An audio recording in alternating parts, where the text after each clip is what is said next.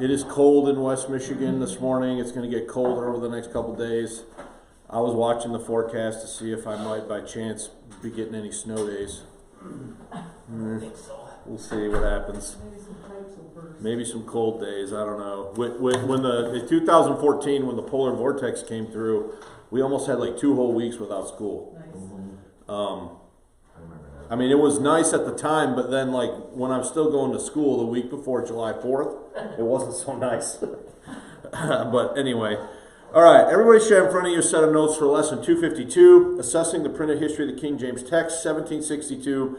We're going to be looking today at some issues related to you and ye, okay? If you're joining us online and you want to follow along with the notes, you can go to gracelifebiblechurch.com. You can scroll down here under recent sermons, January 19, click on the notes for lesson 152, and you'll be able to follow along with us here as we get started, okay? So let's get right into things. There's always a lot of ground to cover, and some of this could possibly be somewhat technical, so I want to make sure that we're rolling on time. So, introduction. Since lesson 249, we've been discussing the editorial work of F.S. Paris, primarily as it relates to his 1743 duodecimo edition, with a bit from his 1762 octavo sprinkled in for good measure. So that's kind of what we've been, looking at over the last number of weeks, or lessons. In addition, we've been using Gordon Campbell's book, Bible, the Story of the King James Version, 1611 to 2011, as a means of framing the discussion of Paris's editorial work, okay? So what have we seen? All told, so far, sort of all told, this is what we've seen. I've made this list, all right? So the first, in lesson 249, we talked about changes. Mike, we need to know, I need this to say changes. Changes in noun forms from singular to plural. We saw that in lesson 249. Restored definite articles that had been omitted in the 1611. We saw that in lesson 249. And changes in definite articles to a possessive pronoun. We saw that in lesson 249. And then more recently, last week, we looked at the addition of apostrophes and possessive forms in lesson 251. And then idioms and modern forms also in lesson 251. So we've looked at quite a few different categories of examples of changes that are happening in the editorial work of F.S. Paris, okay? Then also sprinkled in there, we've realized that there is this very important 1683 Cambridge printing that's a lot of these changes had already been made in that was not known until we sat down, we being myself and Christopher Yetzer. He's really the one that turned me on to this, and since he's done that, I've been sort of running with it and using it quite often. By the way, I already closed it, so I'm not going to bother to open it. But in this lesson, the one we're doing right now, we want to conclude our study of Paris. So there might be a couple odds and ends related to Paris that I have to get next week. So this might be the conclusion, it might not be, okay? By looking at changes to the use of you and ye in the 1762 and 1769 folio editions. All right, now let me just say for the record right now, Paris died in 1760, but the edition that was published in 1762 was his work, okay? Just so everyone's aware of that. It is believed by most observers, including Gordon Campbell, David Norton, and Lawrence Vance, that Benjamin Blaney finished in 1769 what F.S. Paris began in 1762 in terms of updating the use of you, ye, in the text of the Authorized Version. As part of this lesson, we will be considering whether or not this view is accurate. Okay? So the first thing that we need to get into is understanding the usage of you, ye. Now, this is going to be a little technical possibly. I'm going to try to keep it as easy as I can. Mike Earthpalmer shared with me a resource yesterday that I will show you and share with you, but more on that in a second. Okay? So, changes in you and ye. And Professor Gordon Campbell concludes his coverage of the editorial work of F.S. Paris with a discussion of the changes made to the use of you and ye in the King James text. Here's what he says, quote, from page 135. Finally, Paris tackled the problem of the inconsistent use of you and ye in the 1611 text. As I explained in chapter 4, the distinction between ye, the normative plural, and you, the accusative plural, had been distinctly out of fashion for decades before the King James Version was prepared. But the distinction was nevertheless preserved in verses such as, "Blessed are ye when men shall revile you." Okay? So, "Blessed are ye when men shall revile you." The you and the ye and the you, are they referring to the same group of people? Okay, but you see that in the same verse, Matthew 5:11, you've got ye and then who? You, both being used in the same verse. Okay? So, in order to try to better understand the difference between the normative plural and the accusative plural, I asked Google the following question. All right? I asked it, quote, "What is the difference between normative plural and accusative plural?" The following is a screenshot of the answer. Okay, so what I did is I just took a screenshot on the top page 2 of how Google answered that question.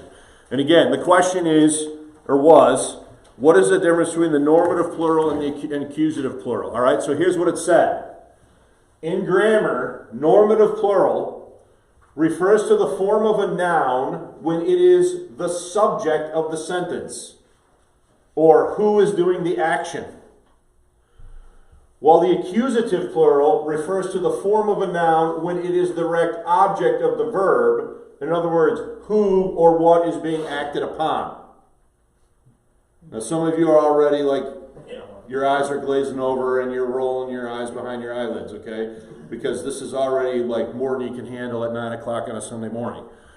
Trust me, I spent a lot of time on this myself, okay? So let's just quickly jump back to the example that Campbell gave, okay?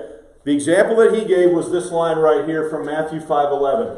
"Blessed are ye when men shall revile" who?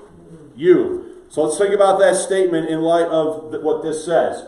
The normative plural refers to the form of a noun when it is the subject of the sentence who is doing the action. Okay? So look at this sentence. Blessed are who? So are they the subject, whoever he's speaking to, are they the subject of the sentence? Yeah. Yes or no? I would say yes. Right? Everyone's like, I don't know. You're the one that's supposed to know. Okay? So blessed are ye when men shall revile you. So, again, the normative plural refers to the form of a noun when it is the subject of the sentence who is doing the action. Blessed are ye, while the accusative plural refers to the form of a noun when it is the direct object of the verb. Essentially, the normative indicates the doer, and the accusative indicates the receiver of the action, both in the plural form. Now, I think this is sort of Campbell's point. I think this is backwards. If I'm going based upon a technical definition of the accusative and the normative, I'm thinking that Matthew 5:11 is potentially backwards. Okay? But if you assume Google's correct. Yeah, assuming Google's correct. But let's look at a few more things. Okay? So the normative is used for the subject of the sentence, and the accusative is used for the direct object of the verb. So then they give an example here talking about this sentence right here. The dogs, normative plural, chase the cats. Accusative plural. Okay? The dogs are the subjects performing the action. What's the action? Chasing, right? So the dogs are the subjects performing the action, so they are in the normative case. Cats are the direct objects of being chased, so they are in the accusative case. Okay? So it's related to the subject versus the what? Object. Does that make at least a little bit of sense? Well, that's a bad example, because cats are always the subject. So, let's look at what Mike shared. So this is not in your notes. He sent this to me. It says, mind your T's and U's. Understanding the King James pronoun. So here's a rule. Y's, sorry. T's and Y's.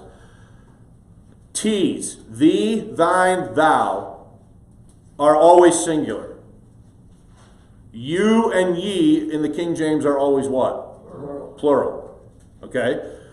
However, in modern English, can we sometimes use the word you in a singular or a what? Plural. But in the English of the King James, the T's, thee, thy, thou, are always what?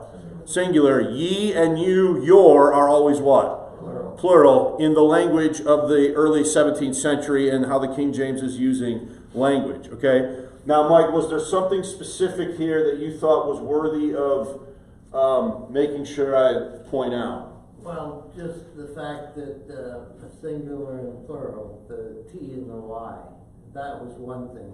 Okay. that made And then there's, easier. the author of this also talks about a closer look. So he talks about biblical Greek differentiates between singular pronouns that refer to one person, thee, that, thou, thee, thine, and plural pronouns that refer to multiple peoples, you and ye. Biblical Greek also differentiates between pronouns that serve as subjects and what? Objects. That goes with what we were just looking at here from me asking Google the grammar question. Okay? So it's related again to subject versus object. Now, unfortunately, modern English no longer maintains a system of pronouns that bear the same level of precision. Fortunately, however, the Elizabethan age of our King James Bible utilizes a system of pronouns that perfectly reflects the precision of the original Greek. Okay? So, this is, in my mind, a reason why you want to retain a King James Bible. Because it is more precise to the original forms that you're going to encounter in the original Hebrew and Greek than modern English, which is going to blur the lines. Okay? Is everybody understanding this, at least vaguely so far? Nate, I'm getting a lot of looks from you. Is something not making sense? That just assumes people know grammar. Yeah. Okay. So, let's look at the next point. Consider the following screenshots from an 18th century grammar book titled The Royal English Dictionary by Daniel Fenning in 1763. So 1763 is right in this window of time between 1762 and 1769, right? In chapter 7, titled Of Pronouns, he states the following on pages 11 and 12. So what I've done is I've just screenshot this instead of trying to type all this out. So this is from page 11 and 12 of Fenning's book. Now notice, thirdly, in speaking of another of the male sex, we may see, but if of the female sex, we say she. So this, let me start over. In speaking of another of the male sex, we say he. But if other of the female sex, we say she. And should we speak of anything that is neither male nor female, we say it. And if we speak of more things than one, let them be of the male or female sex, or even of no sex, we always use they. These words, he, she, it, and they, are of the third person. Hence, and then he gives this breakdown, right? So, singular, first person is I. Singular, plural is what? We. Second person singular, thou, or notice what he says here. You. But when is he writing this? 1763. Has grammar, meaning, and usage already changed? So is he saying that by 1763 you could use you to refer to a second person what? Singular. But then he has over here plural, second person plural, you, ye. So notice that you is in both spots. So by 1769 had usage, by 1763 when this was written, had usage changed. Is everybody seeing that? Okay. Then he says, and all other nouns when spoken of are of the third person singular when one only is meant, and plural when we speak of more than one. So then you can go to the next page. I don't know if I'm going to read all this. I might have to. Notice, indeed, though we speak only of a single person, we use you. So is he saying that by 1763, when he wrote this book, you could use you to refer to how many persons? One. Okay? Which is plural, but never ye. So sometimes when you're speaking about one person, you might use you, but you would never use ye to speak of only how many people? One. Does that make sense? Yeah. Okay? So likewise, so notice what he says. So likewise, out of compliance, we frequently use your for they and yours for thine. Okay? We likewise use you instead of ye, seldom placing ye before the verb, though it be the normative or foregoing state, unless by way of distinction, familiarity, or contempt, as ye are the men. And again, which is likewise against the rules of grammar, we commonly use ye after the verb or in a proposition as I will give ye a specimen, or I will take it away from ye. When pronouns are declined, they are said to have a foregoing state and a following state. So he's talking about the same thing that Google was talking about, just in a different way, right? And then notice this table. This is from page 12. He gives this table of pronouns, and he breaks it down, first person singular and plural, okay? Then notice second person singular, thou or you, and then notice second person plural, ye or what? You. So by the time we get to for sure 1763, do we see a changing in the way that you and ye are being used? Now, what's going on with the King James Bible is that it sits in a period of time where these things are beginning to what? Change. Okay, now there's one other thing I wanted to show you. I think I can do this quick enough. This table here, this is from 1763. Here's a book from 100 years earlier. This is mostly written in Latin. It's called the Grammatical Linguae of English, is what that translates out to. And notice the date here, 1653. So this is from over 100 years before the one that we were just looking at. And I want to show you page 32 of this. I think I can find it relatively quickly.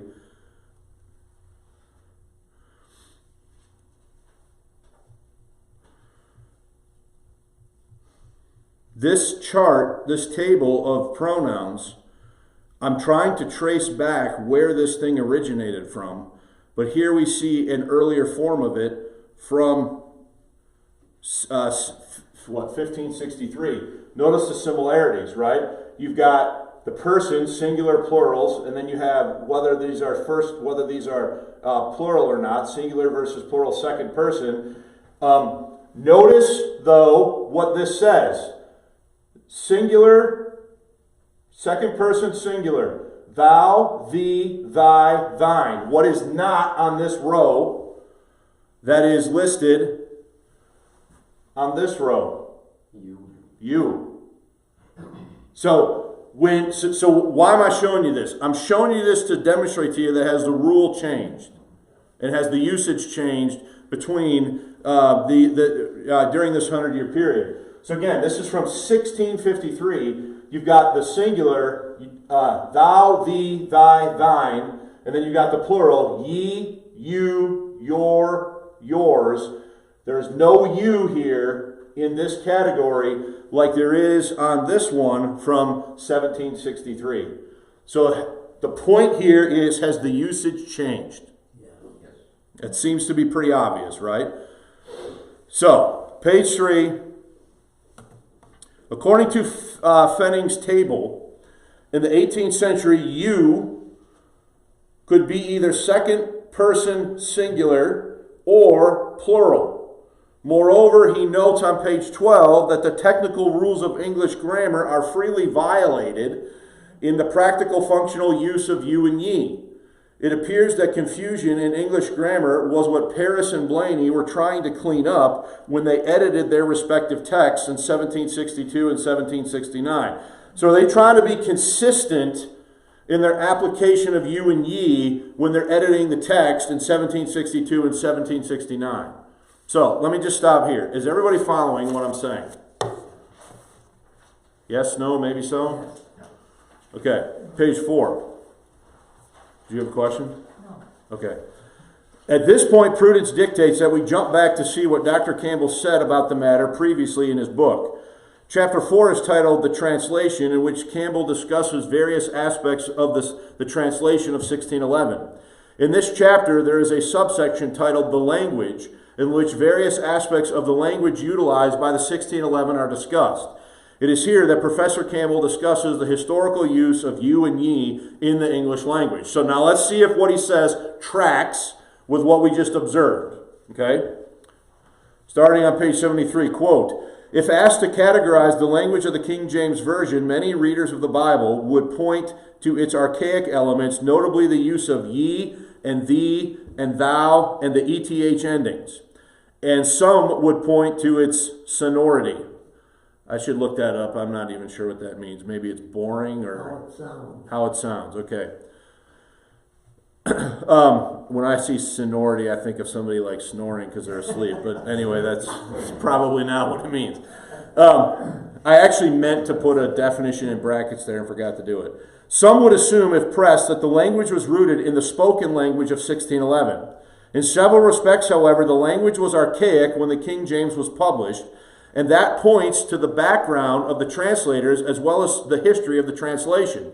Just as the use of archaic formal words such as chastise and the archaic informal terms as crack on by Boris Johnson, the mayor of London, point to his educational background, Eton and Oxford, so the language of the translators reflects their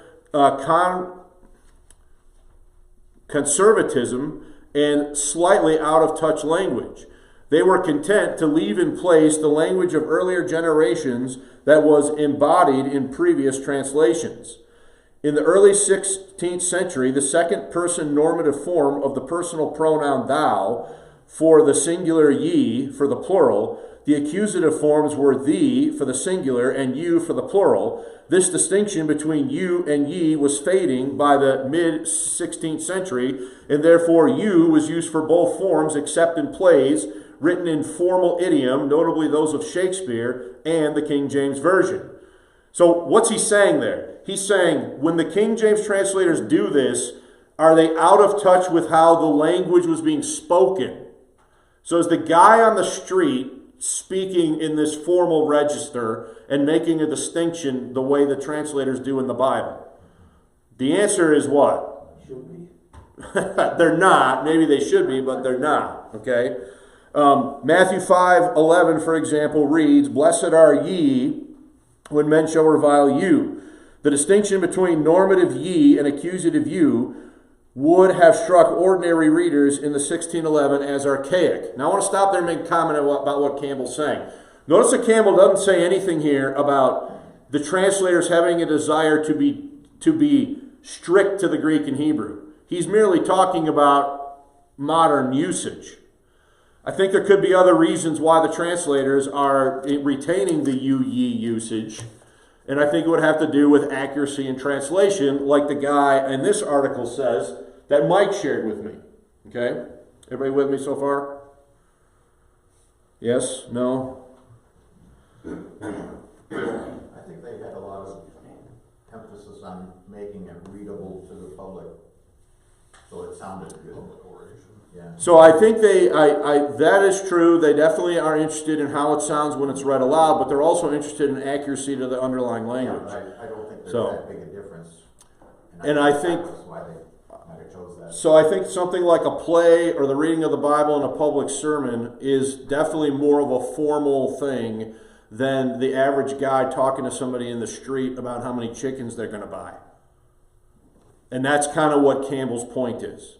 Okay, did you have something? No, I was just thinking of the difference in the southern U.S. between you and y'all. Yeah. Yeah, that's another one. Well, I remember in college when I took Shakespeare that it just flowed like I was used to, and it wasn't foreign like, you know. But you probably grew up reading a King James Bible and had familiarity with that usage. Exactly. I don't want to take. I would think it would be hard to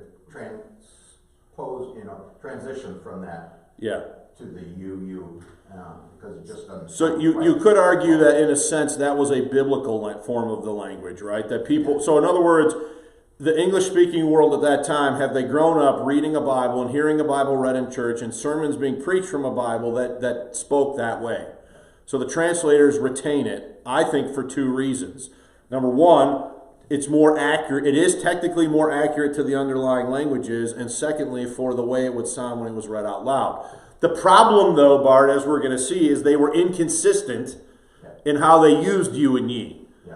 And they would sort of flip-flop back and forth on how they were using it. Mike, did you have something else? Remember back to the preface that we looked at a couple of years ago, right? Yep. It's been that long. Anyway, when it came to different words that had the same meaning, the translators tended to use those Right. different words just for variety, to Correct. make it sound better. Yep. Yep, that's a good point to remind us about. Let's go to the next point. Jumping back to page 136. Oh, sorry, what? Something here. So I'm gonna go way back here. On the first page of the notes, the question that you asked was, what is the difference between a normative plural and an accusative plural? Yep. And then Google answers a nominative plural. So I spelled normative wrong. I Should already said say nominative. Okay. Yep. I asked the right question. I just spelled it wrong in the notes. Yeah. That one page that you showed that's not in here, that was something that Mike shared with you? This page? What is the source of that? Yeah. I'll add a link to the notes on this, but this is Mind Your T's and Y's, Understanding King James Pronouns. It's from a blog on the internet. I'll put a link. It's by a guy named, just goes by Pastor Hammond. Yeah, Here. Pastor Hammond, and the church is named, I forget what the church is, but I don't see it the... doesn't say where the church is. Yeah, but I'll leave a link to this The in... last page, it says something about the church. Long Hill Baptist Church. And so here's another breakdown. Okay, this is similar to what we've already seen. E equals the subject form, performs the action. U is the object form, received the action. So that's the same thing Google said when I asked the question. So Google was right on this one, Bart. Okay, I know you want to find fault with Google, as do we all, but on this one I think they probably were right. Okay. All right, page 4. Jumping back to page 136, Campbell finishes the first citation above by stating, quote, by the mid-18th century, the distinction was obsolete and you was used in all cases. Now, did we see that when I showed you this table here from 1763 with this table here from 1563, or whatever it was, 500 years difference, okay? 1763 and 1653. All right. So back to the quote. By the mid-18th century, the distinction was obsolete, and "you" was still used in all cases. Paris could have decided to modernize the contemporary usage, but the decision But the decision to eliminate "ye" would have brought "thee" and "thou" down with it. So grammatically, if you're going to eliminate the "ye," do you have to change the others too? Okay, for consistency. And Paris was not that radical. He therefore chose the other course, which was to restore the distinction in places where the original translators had failed to observe it. So initiating the process whereby revision of the King James Version archaized as well as modernized the original text. Perhaps his resolution failed, or Paris simply ran out of time, because the principle was not fully implemented. Indeed, it is much more in evidence in his text of Genesis than in later books. Okay? So, what Paris is going to do is he's going to move to regulate the use of "you" and "ye." Okay? Now, does everybody understand that so far? So, look at the bottom of page 4. I've included what David Norton says about this. For the sake of time, I think if you read this, you're going to see that it's basically the same thing that we've already seen, okay? So I want to get to the examples. So everybody jump to page 6. So you should read that on your own time. It's Dr. David Norton's discussion of it. It's not wholly different from what we've already seen, and I don't want to complicate this any further, and I want to move on to the examples, okay? Now, chapter 3, so that's this right here, okay? Chapter 3 of Lawrence M. Vance's forthcoming book. So right now I've purchased these in the manuscript form in the spiral bindings, okay? Chapter 3 of Lawrence M. Vance's forthcoming book, The Text of the King James Bible, is titled Editions of the Authorized Version. In this chapter, Dr. Vance catalogs changes made in the Authorized Version across the major folio editions, 1629, 1638, 1762, and 1769, spanning pages 181 to 199. Vance notes 204 changes to the use of you and ye in the canonical text of the King James Bible. So he didn't look at the Apocrypha, he only looked at the 66 canonical books, okay? So consider the following breakdown of these changes by year and number, okay? So this is important part of what we're doing here. So there's 204 total changes. In 1629, there are 7 changes, or 3.4% of the 244 total. Is everybody with that? And then I list out the references that fit that change. And I checked all of them in a 1629. Okay? Is everybody with that? Top page 7. 1638, there are 4 changes, or 1.9% of the 204. 1762, there are 132 changes, or 64.7% of the 244 total changes. In 1769, there are additional 61 changes, nearly 30% of the 204 that are noted. Okay? Now, this is important as well. Notice, so there's total 204 changes in ye and you. You've got the dates there. Now look at this. A ye to a you. So a change from a ye to a you, there are only 6 of them. That's 2.9% of the total. Okay, and I give you the verses where that's the case. We'll look at a case study in a minute. Changes that started with a you, where they change a you to a ye, there's 198 changes, or 97% of the changes are of this nature, not this nature. But both are happening. Is everybody with those statistics? Okay? So these numbers gleaned from Vance reflect changes cataloged in the flagship folio editions and do not reflect any changes that might have occurred in the lesser, smaller sized editions.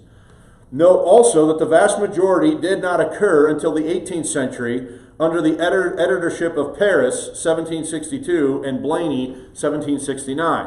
Given the fact that there are 204 examples of changes in the use of you and ye, we cannot obviously look at all of them. Therefore, we will consider 3 case studies.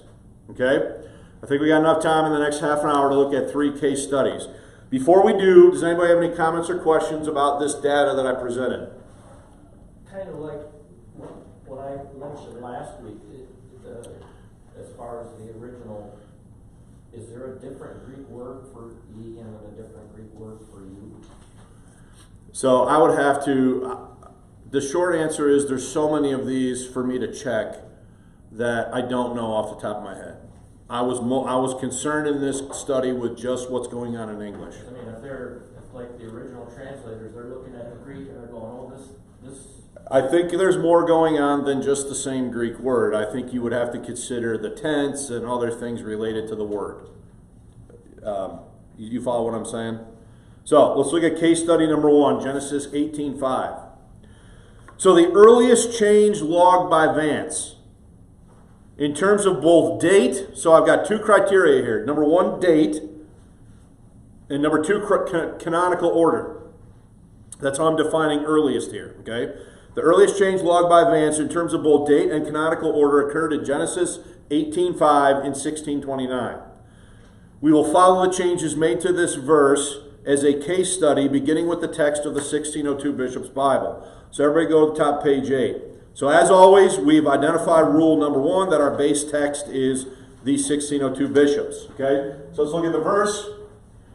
And I will set a morsel of bread to comfort your hearts withal, and then shall you go your ways, for therefore are you come to your, I think this is servant, right? Servant. And they said, do as thou hast said. Okay? So notice I've underlined the pronouns. Your, you, your, So there's what? 2 yous, 2 yours in that, okay? Let's go to 1611. Notice what we've got. And I will fetch a morsel of bread and comfort ye. So now we have a ye, your heart. So ye is inserted before the first your hearts. After that, you shall pass on.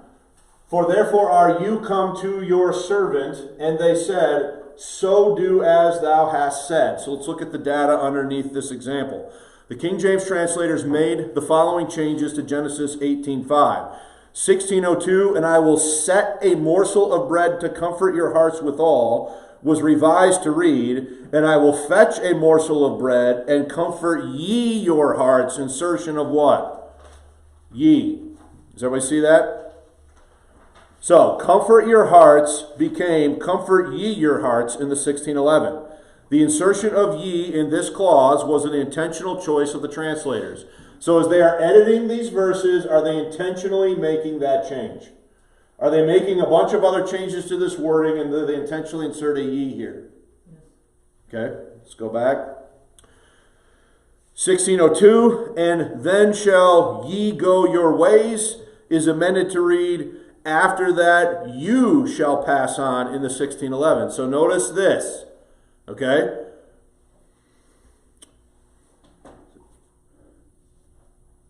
Hang on a minute. I think I made a mistake here. There's a mistake here. It's you. It's you. I say ye in the notes. We need to fix that, Mike. So there's really not a change here.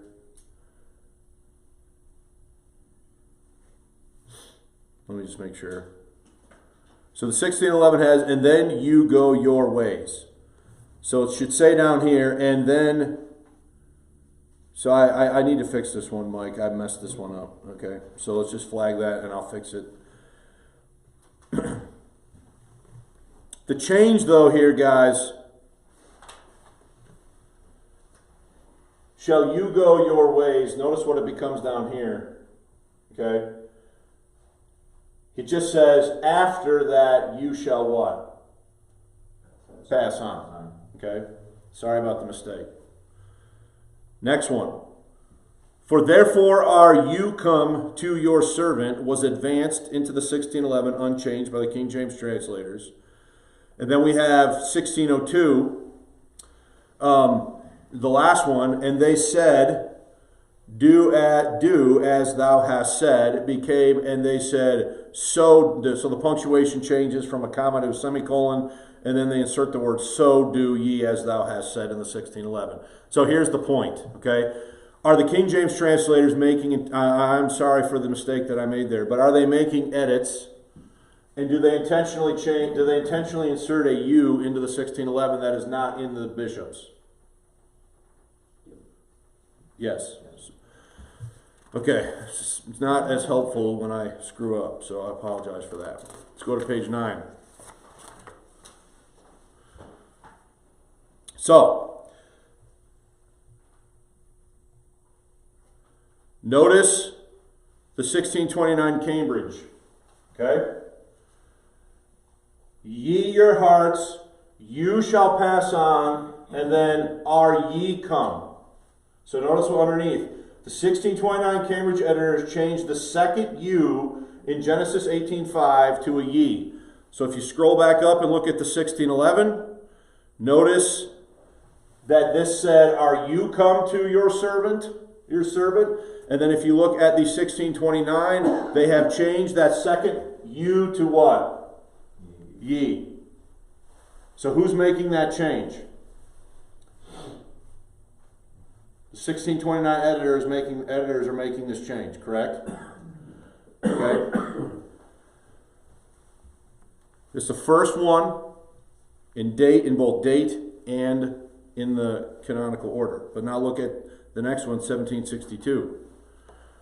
So now we go all the way to 1762, and notice that now you have ye, and what? Ye. Are they all ye now? Yep. Okay. So in 1762, Paris changed the first you in Genesis 18:5 to a ye. thereby completing a second editorial change to the original work of the King James translators in 1611. In this example, the changes noted by Vance track neatly because they were in fact made in the flagship editions of 1629 and the flagship folio editions of 1629 and 1762. That said, later editors clearly altered the original choices of the King James translators by twice changing you in the 1611 to ye in the 1629 and 1762. Therefore, modern readers of the AV are reading an edited text whether they care to admit it or not. Anyone who stands in a pulpit today and reads that verse, are they reading the original choices of the King James translators? They are not. Are they reading an edited text? Is it of the same substance? Is there any change in the doctrinal content of the verse? The answer is what? No, but are they reading an edited text nonetheless? Okay? Everybody with that example? Okay, let's look at case study number 2. Case study number 2 is Genesis 9:4. In the case of Genesis 9:4, Dr. Vance records a change from you to ye, occurring in the 1762 Cambridge Folio Edition, H. 1142. Unfortunately, this is yet another example of oversight being made by only consulting the flagship folio edition. So have we seen this now a number of weeks in a row? Okay, please consider the following evidence. So top page 10. So here we have page 10. Genesis 9:4. Here's the base text of the 1611. We're just going to focus on the end of this for the sake of time. Shall ye not eat? It says, but the flesh in the life thereof, which is the blood thereof, shall ye not eat. That's what the 1602 bishops had. Let's look at the 1611 King James. Okay? But the flesh, which is the life thereof, which is the blood thereof, shall you not what? So do they change a ye to a you? Okay? So let's read the data here. The King James translators made 2 changes to Genesis 9:4. 1602, but the flesh in the life thereof became, but flesh is the life thereof in 1611. 1602, shall ye not eat was changed to shall you not eat in the 1611. So ye was changed to you by the King James translators, i.e. you was their preferred reading. Are they making a change here from ye to you? Is everybody following this? Yes, and they're adding an E to the end of eat. So I would take that as just a spelling change, but yes, you are right, they are doing that. Look at now 1762, Genesis 9:4, Cambridge Folio H 1142. Notice now, but flesh with the life thereof, which is the blood thereof, shall what? Now, I know some of you are looking in your Bible. What does yours say here? Ye. So, it started out as a ye.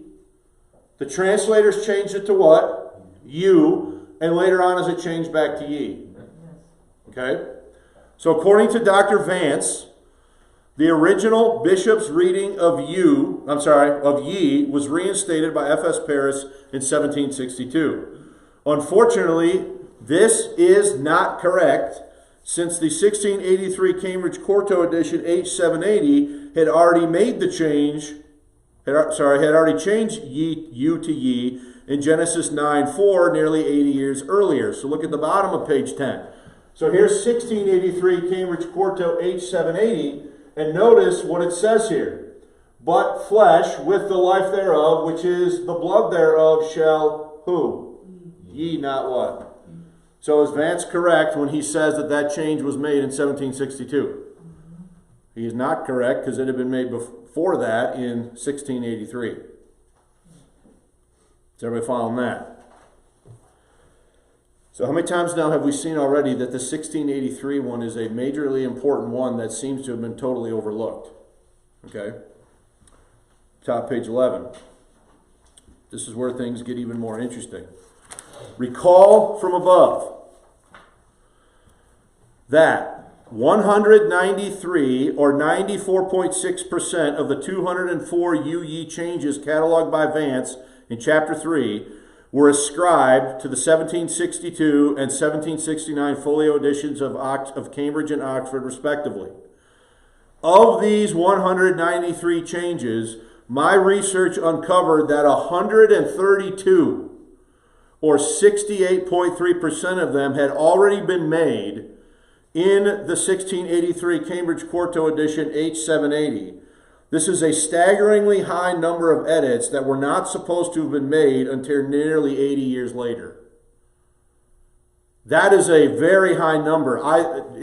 So if you look at this book, I've gone through here and I've made ticks and marks, and I had a system of going through. I looked at every single one of these in the 1683 Cambridge Quarto edition. It took me hours to go through this thing and check, but I checked. So of the 193 changes, 132 of them, or 68.3%, had already been made in 1683. Okay? So, look at the next point. This underscores a point we have been making for a while now, since lesson 250. The true printed history of the text is not limited to the flagship folio editions, as has been assumed by Norton, Campbell, and Vance. The real story unfolds year by year and printing by printing. Moreover, the 1683 Cambridge Quarto edition H780 is a pivotal and massively undervalued edition in discerning the printed history of the text. I think we can say that fairly conclusively at this point. Okay?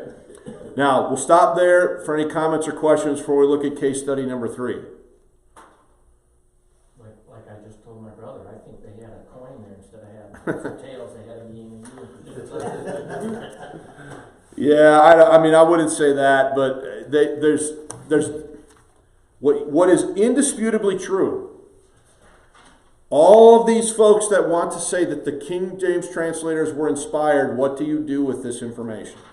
Because there are 204 changes, and 132 of them had been made in the 1680s.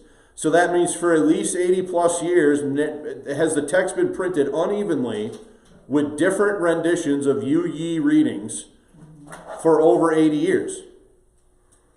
So, like, I don't, at what point are folks going to conform their thinking to the actual facts? This is what befuddles me. Okay? All right, any other comments or questions before we move on to case study 3? I wonder how many of these edits go back to favor the bishops. Like that last example, the case study 2 went back to verbatim to the bishops. And I wonder how many of those edits went back to conforming it to the bishops in the original. So that'd be a great study for you to do, Nate. No, But I think that's Alex's job. I think I can surmise that it's probably a very high percentage. Right. Because I think the bishops was more accurate in how it used you and ye than the translators were being. So going with the line of, are we going to conform to the facts? Then if we're going to say that this is perfect, then why did they go back to the bishops? Yeah, it's obviously a great point, and it's an inconvenient point based upon the argumentation that some are using. The bishop's translators were inspired. Yeah, right. Yeah, I mean, because I think we're going to see the same thing on this next one too. Okay, so let's look at number 3, Deuteronomy 1:13. Now this is important. The first 2 case studies looked at changes from you to ye, of which there are 193 examples. In this third case study, we will consider an example of a change from ye to you. So now we're looking at the opposite way, okay, in the printed history of the King James text. Recall from above that there are only 6 examples of this category of revision.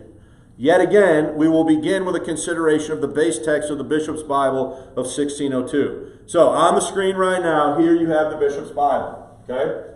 Notice where they started. Bring you men of wisdom. Okay? So, note that the base text reads as follows in the first clause. Bring you men of wisdom and understanding. Note the you reading as you compare the 1602 bishops with the AV of 1611. So now let's look at the AV. What's the change? Take ye wise men. So has the first clause been very much edited from where it started in the bishops? And there's a change from a you in the bishops to what? a ye in the King James. Okay? Now, this verse exhibits, bottom of page 11, this verse exhibits heavy revision by the King James translators. The first 2/3 of the verse was reworked. So look at page 12. Page 12. Bring you men of wisdom and understanding is revised to read, take ye men of wisdom and understanding. Okay? So sorry, I can't read. Take ye wise men and understanding. So is the first clause very much reworked by the translators? And do they substitute a you for a ye in that first clause? 1602, and expert according to your tribes became and known among your tribes in the 1611. 1602, and I will make them rulers over you, was accepted into the AV without revision. So there's 3 clauses in that verse. Are 2/3 of that verse reworked by the translators? Yeah. Okay? So note the translators intentionally changed the bishop's you to ye in the first clause. Put another way, it was their choice that the text read, take ye wise men, instead of the use of, let me read over that again. Put another way, it was their choice that the text read, take ye wise men, i.e. the use of ye over you was their what? Choice. Okay? So now let's look at, here's the Cambridge Folio, 1762. And what do we see? Take ye. Okay? So the 1762 edition, edited by Paris, retained the ye reading. No, it should say reinstated, right?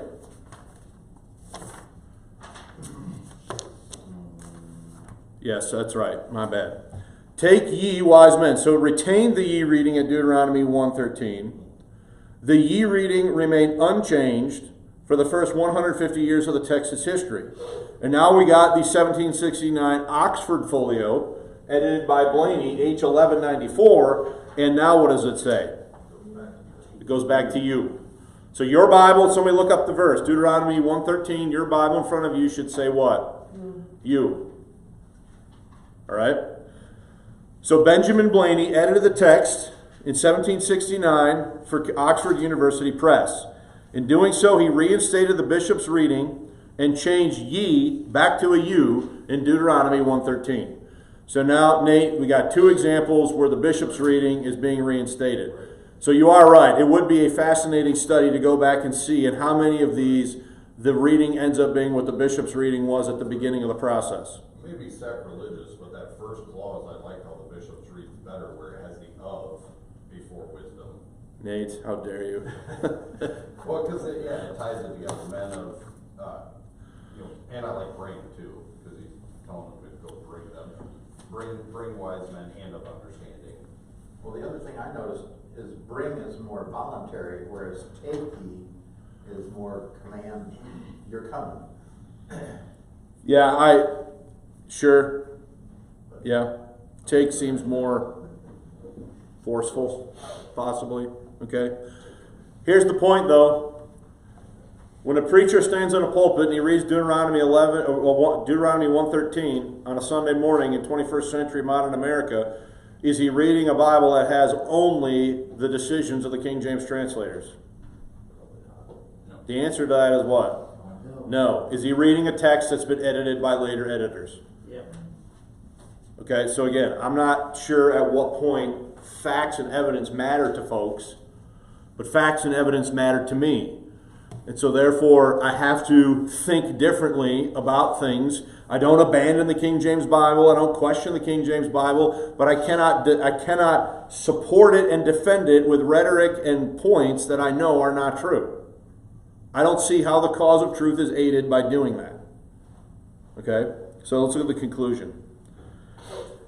In all 3 case studies, later editors altered the text contrary to the decisions of the King James translators.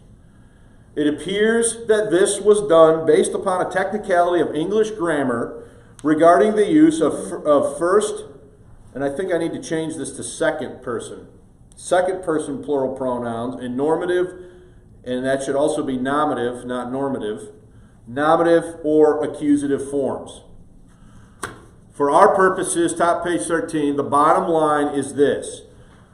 The text should say that readers. So, Mike, I'll wait for you on page 13. We need to fix this first sentence. For our purposes, the bottom line is this. The text that readers of the AV use in the 21st century, i.e. the standard 1769 text, is not an identical match to the AV of 1611. While these changes in the use of you, ye are not substantive, they indicate an edited text nonetheless. So, if you want more information, you should read the section that I skipped. I left it in the notes, but I skipped it, where I cited David Norton and his discussion of some of this. Okay? So, any comments or questions? Anything worth noting from the Peanut Gallery on YouTube? I watch the English channel. And guess what? When they're in court and all that, and they're talking to the Prime Minister, they always go, hear ye, hear ye. They always use ye. Then it's never you. Yeah, you just in that kind of a context, ye sounds better. Yeah, hear ye. Sounds more formal, Yeah. right? In our Constitution, wasn't there ye written in that too? I'd have to go look at I it. think it is. It might be. I think it is. I'd have to go look. It is a formal document, so it wouldn't shock me if that was the case. Okay. So, any comments or questions from you guys here about this? I think, now, I don't want to put words in anybody's mouth, but, I mean, if you think about the evidence that's been presented for the last chunk of lessons here, how can anyone say that the text has not been edited? That's insane to me that somebody would not want to admit the facts, other than their rhetoric won't allow them to. Okay? Okay, well, looks like we might be done a couple minutes early, unless you guys have a comment or a question. This is just a jokey thing though, but when that right where you got that writing right there, it's if no one ever read the Bible before, they say take ye wife. Men, take wife. They would. That's how they would read that. If a person did not know that S was an S, that's how they would read that. Oh. Take ye wife. Yeah, that's orthography, right? Just, You white men. That's yeah. normal for a person that doesn't know. So that means that even after 1769, were there still orthographic changes that were made? Sure. Okay? It's just the reality. Yeah. So, do you guys have anything? Any questions or comments? All right. Well, next Sunday we'll move on, and